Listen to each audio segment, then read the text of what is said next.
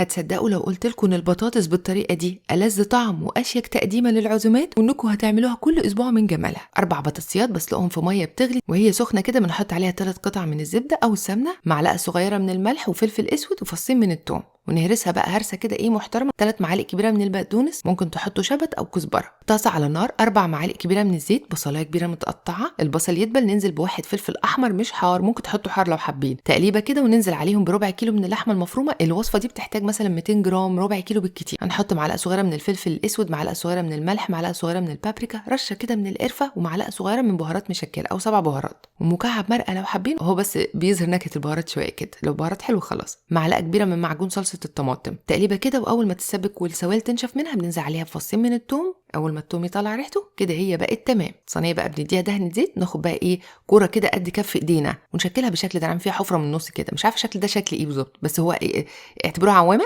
عوامه. حط جوه بقى رشه جبنه ومعلقه كده من اللحمه المفرومه. بصوا كميه اللحمه قليله قوي. على الوش من فوق رشه جبنه كمان، شويه فلفل احمر، شويه بقدونس، وندخلها فرن سخن على درجه حراره 200، يا دوبك الجبنه تسيح بس. اهدوا عليها كده شويه عشان تبقى ماسكه نفسها. تقديمتها شيك قوي، بتاخد كميه لحمه قليله، يعني يعتبر اقتصاديه. لو عندكم عزومه، لو عندكم ضيوف ولا حاجه، تقدروا تعملوه. الميكس ده كله مع بعضه كده يجنن، تاكل برز او عيش زي ما يعجبكم. جربوها وليه رايكم فيها.